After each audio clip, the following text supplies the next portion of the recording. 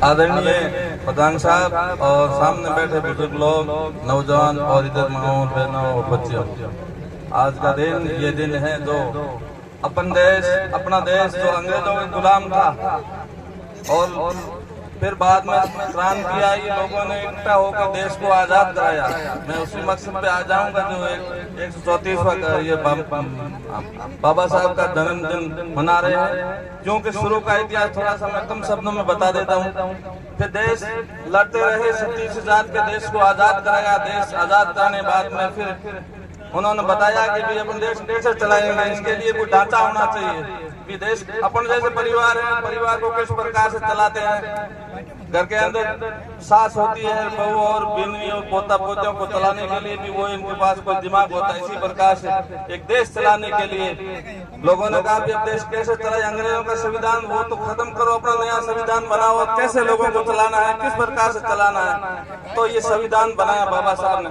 बाबा साहब आप लोगों को कमेंट लिखा था और इन्होंने पढ़ाई की, पढ़ाई करने के बाद बाहर गए। उस जमाने में, जिस जमाने में कहाँ पढ़ाई थी, तो मैं आपको ये संदेश देना चाहता हूँ कि आप लोग सभी पढ़ें। और पढ़ाई एक ऐसा जो मंत्र है, जैसे शेरनी का दूध होता है और उसको ज्यादा पिएंगे तो किस प्रकार से वो छलांग लगाएंगे, इस प्रकार से इनमें संविधान में इन्होंने आपके लिए बहुत सारी चीजें लिखी है, क्योंकि आप लोग पढ़े लिखे हो।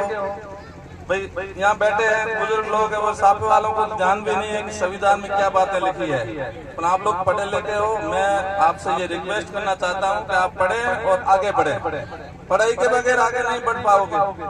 और एक अभी जो नशा पद्धति है, इससे मैं इस जयंती के दिन आपको मैं ये कहना चाहता हूँ, मैं जो समाज के सभी को मैं आपको ये हिदायत देना चाहता हूँ, आप नशे से मुक्त हो जाए। आज यहाँ एक नया सबक लेके जाए। बहनें बैठी है, इधर बुजुर्ग बैठे, जवान बैठे हैं, नशा से मुक्त होके जाए, पढ़ ले, अहद करे, उर्दू का शब्द है वादा करें। तो आप ये चीज इस मंच के माध्यम से आप संदेश सभी को पहुंचाएं, जो लोग आपके यहाँ आए हैं और नहीं आए, उनको ये संदेश दें कि नशा मुक्त कहाँ होना चाहिए। मेघवाल समाज आज से नशा मुक्त होनी चाहिए। मैं ये आपसे रिक्वेस्ट करना चाहता हूँ। बहरहाल साहब का 134वां जन्मदिन मना रहे हैं। मैं आपके लिए बहुत ही तहे दिल से धन्यवाद देता हूँ कि आप लोगों ने कैदी में इकट्ठे किए। अगर एक मेहमान घर में बुलाना भी नामुमकिन होता है तो लोगों की कैदरी की बुलाया। भाई जगाराम ने मुझे भी न्योता दिया, मैं आया हूँ, मैं आपका बहुत आभारी हूँ। और आने वाले टाइम में अगर कार्यक्रम इस प्रकार से बना रहेगा तो हम जरूर आपका सहयोग करेंगे, जैसा हमारे पास में सहयोग भी करेंगे, आएंगे और आपको अच्छी राह बताएंगे। धन्यवाद। बहुत अच्छी बात बताई शमशुद्दीन जी सर ने, बहुत अच्छी बात। उन्होंने बात बताते एक उर्दू का जिक्र किया था। सर मैं थोड़ा एक साहित्य प्रेमी आदमी हूँ, साहित्य में बहुत सारे लोगों को मैं सुन रहा था, बहुत सारे लोगों को सुनता हूँ, मेरा शौक है।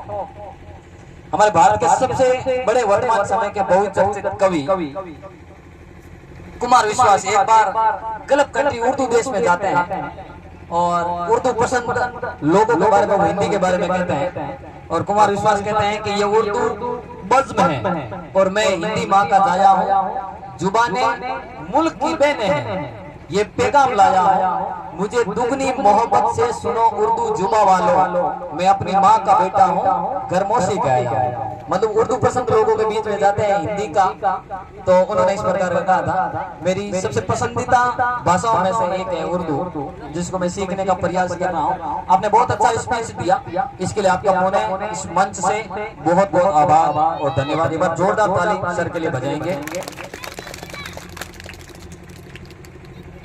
हमारे एक कार्यकर्ता है